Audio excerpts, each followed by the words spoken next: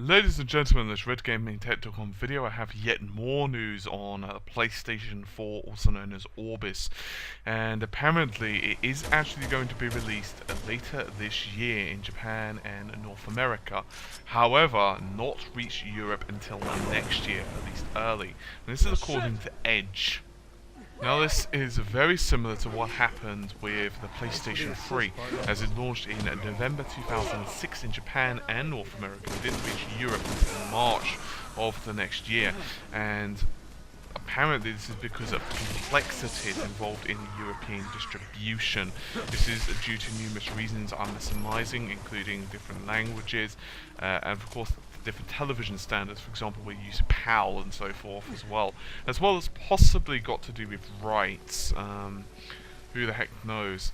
Also, in regards to the controller, it appears that we're going to see a redesigned controller, which is similar to the DualShock 3. However, there is a small addition. There's going to be a touchpad in the center, where you would normally typically find the start, select, and PlayStation buttons. Well, at least on the current controller, and the touchpad was based upon the same technology on the back of the PlayStation Vita. Now, there may be a familiar thing when I say to you the shared button.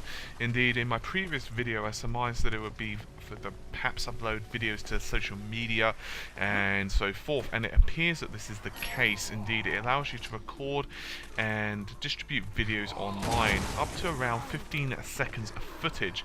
Players will be able to edit that and then place it online, and they actually said no penalty when it comes to actual processing of this footage. Now, whether they're actually referring to being able to play the game and process simultaneously, who knows. However, bear in mind that there is going to be an allocation of, well, 8 CPUs, so it's possible if one or two of those is allocated to the operating system that it could possibly allocate that for processing only. Now, you may have remembered that I've been mentioning for a while now about the different types of memory configurations from PlayStation 4 Orbis. There has been two that's been bandied about. One would be a 4GB GDDR5 RAM, and another was 8GB of DDR3. However, Sony apparently are making a move to bump that number up to 8GB of GDDR5.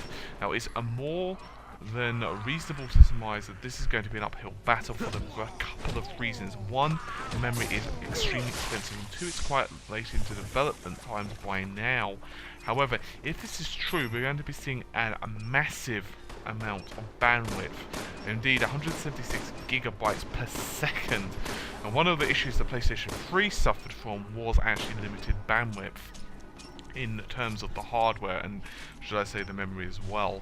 However, there hasn't really been another system that actually contains this amount of GDDR5 memory, apart from, well, a dual GPU card from NVIDIA, but that's extremely expensive kit, and technically speaking it's two systems, as they're interfaced with two systems, basically two graphics cards together, so kind of like SLI. Now, we're not really sure about any of this yet. Obviously, we're not going to know more until, well, 20th of February, which is of course the PlayStation press conference that the trailers have been hinting about for a while now. And Sony have gone on record and said that, well, they want to change the face of the PlayStation. The PlayStation 4 is indeed going to be an absolute killer monster of a machine.